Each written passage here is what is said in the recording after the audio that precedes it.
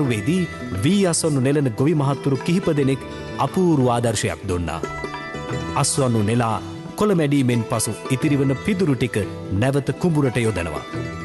බැත ගෙට ගන්නත් කලින් පිදුරු කෙතට යොදාගන්නේ එන කන්නේ වී ගොවිතැන ගැන හිතලාම තමයි. කුඹුරු පස පෝෂණය කරන්න පිදුරු පොහොර යොදාගන්නවා වගේම අපි කොයි කාටත් ආදර්ශයක් දෙමින් දියසෙන්පුර විජයපුර ශක්ති තරුණ ගොවි සමාජය දැන්වන්න කරදහයියා නිෂ්පාදනය කරනවා.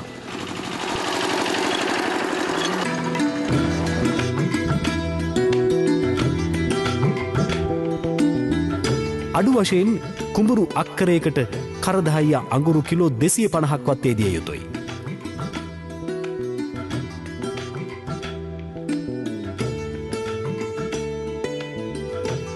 දහයියා අඟුරු වශයෙන් සඳහන් කරන්නේ දහයියා පොත්ත හොඳින් කළුපාට කර වූ දහයියාවලට බව අපි තේරුම් ගත යුතුයි. ප්‍රදේශයේ කෘෂිකර්ම උපදේශකගෙන් උපදෙස් අරගෙන දහයියා අඟුරු අදාගන්න පුළුවන්. පිදුරු දහයියා අඟුරු විතරක් නෙමෙයි. ගොම පොහොර කුඹුරු පසට මොනතරම් වටිනවද? වේලි කලාපයේ අපේ ගොවි මහත්තුරුන්ට ගොම පොහොර හොයාගන්න එක ඒ තරම් අපහසු කරුණක් නොවේ. දැන්ම සූදානම් වෙන්න ඉදිරි කන්නේ කුඹුරු පස සරු කරන්න. ලංකාවේ ගවහිමියන්ගෙන් ලැබෙන විශාල ගොම පොහොර ප්‍රමාණයක් ප්‍රයෝජනිට නොගෙන නාස්ති වෙනවා. විශේෂයෙන් වියලි කලාපේ නිදැල්ලේ වෙසෙන ගවයින්ගේ ගොම පොහොර කිසිදු වගාවකට නොයොදයි. ගව පොහොර විතරක් නොවේ. කුකුල් පොහොර, එළු පොහොර මේ ඕනම දෙයක් කුඹුරු පසට සුදුසුයි. ගිරිසීරියා, ඉපිල්ලිපිල්, ගන්සූරියා මේවා කොළ පොහොර. ඉතින් දැන්ම හොයාගෙන කොටුවක් හදලා එකතු කරගෙන තිබුණොත් පොළ පොහොර ලෙස කුඹුරු පසට යොදන්න පුළුවන්. වී අස්වනු නෙලාගෙන ආදායම් ලබන මේ කාලේ මේ වගේ දේවල් වලට යොමු වුණොත් යලකන්න සරු කරගන්න එක ඒ තරම් අපහසු කරුණක් නම් නොවේ. මෙන්න තවත් අපූර්ව වැඩක්. පොස්පෝ කොම්පෝස්ට් හදනවා. පොස්පෝ කොම්පෝස්ට් හදන ආකාරය අපි දැක්කේ මැදිරිගිරියේ තලාකොළ වැව කෘෂිකර්ම උපදේශක කොටසේදී. පිදුරු, කොලාතු, අමු ගොම, එප්පාවල රොක් පොස්පේට්, වතුර, යූරියා මේ දේවල් තමයි යොදාගන්නේ.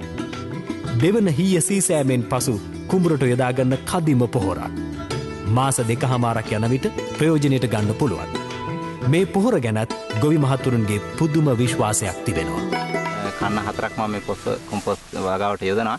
ඉතින් වෙනදාට වැඩිය අස්වැන්න වැඩි සාර්ථකත්වයක් තියෙනවා. හොඳට. කුඹුරේ නිතරම හරියට තමයි මේක ඉස්සරම යොදන්න මේ පටන් ගත්තේ. ඉතින් දැන් නිතරම හරියේ කුඹුරේ අනිත් කොටස් වල වැඩිය හොඳට අස්වැන්න තියෙනවා කුඹුරේ. රසායනික පොහොර පාවිච්චි දුණත් මේ මූලික පොහොර හැටියට කොම්පෝස්ට් යදීමේදී මේ අර යොදන පොහොර වල කාර්යක්ෂමතාවය ටිකක් වැඩි තියෙනවා. අස්වැන්න වෙනදාට වැඩිය කොහොමද දැන් අක්‍රේට බුසල් 200 පන්නලා යන තත්ත්වයක් තියෙනවා මේ කොම්පෝස්ට් දෙන්න ඊට පස්සේ. පොහොර හදාගන්න විදිය බොහෝම පැහැදිලිව අපට පෙන්වා දුන්නා. අමු ගොම, ජලය, එප්පාවල රොක් පොස්පේට් එකට කලවම් කරගෙන තට්ටුවෙන් තට්ටුව පිදුරු, කොළ පොහොර, ගොම දියරය වන අයුරින් අසුරනවා.